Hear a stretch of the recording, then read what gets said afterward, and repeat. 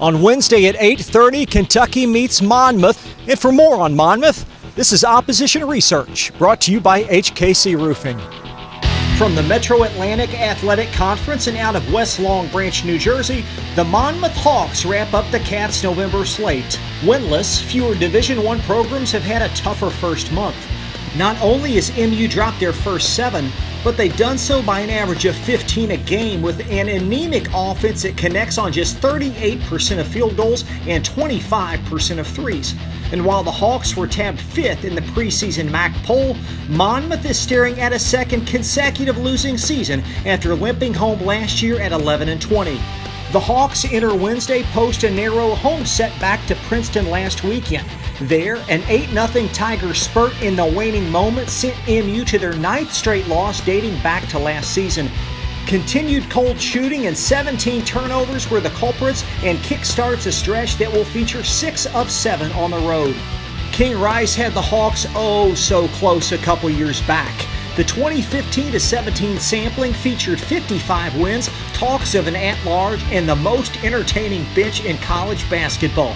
Now that core has moved on, and the UNC grad is in rebuild mode as he trudges along inside his 8th season.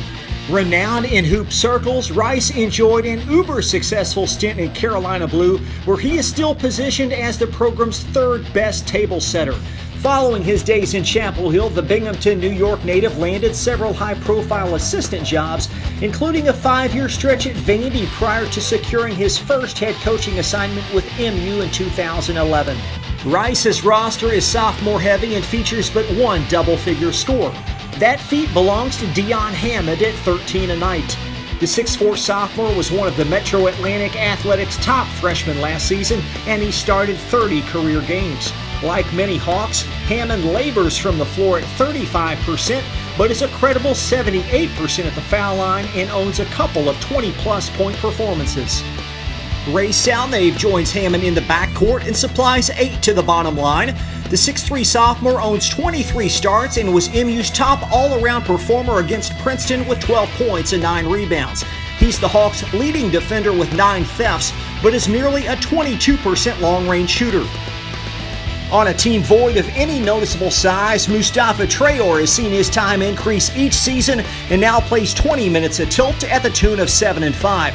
Traore is MU's top shot blocker and shows 3 double-figure scoring performances in the new year, including a career high of 14.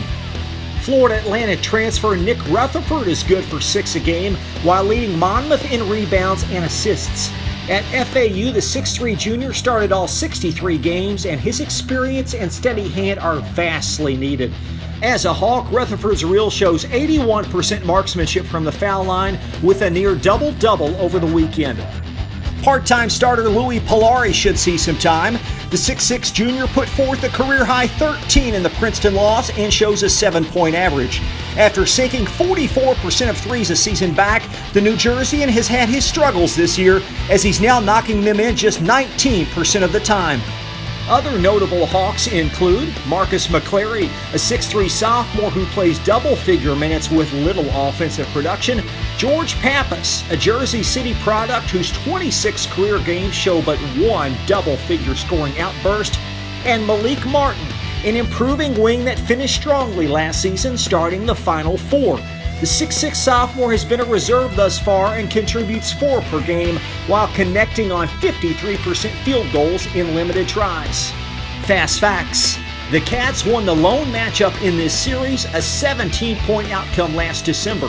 Formerly of the Northeast Conference, MU was poached by the Metro Atlantic Athletic in 2013, and despite a couple of close calls, Monmouth last appeared in the NCAA tournament in 2006. A famous alum and an honorary degree recipient, former Cowboys receiver Miles Austin, plus ex-New Jersey governor and presidential candidate Chris Christie. The Cats and Monmouth collide on Wednesday at 8:30 Eastern, and the UK Sports Network begins things at 7 o'clock. For the Leach Report and Opposition Research, I'm Chris Labar. We'll see you next time.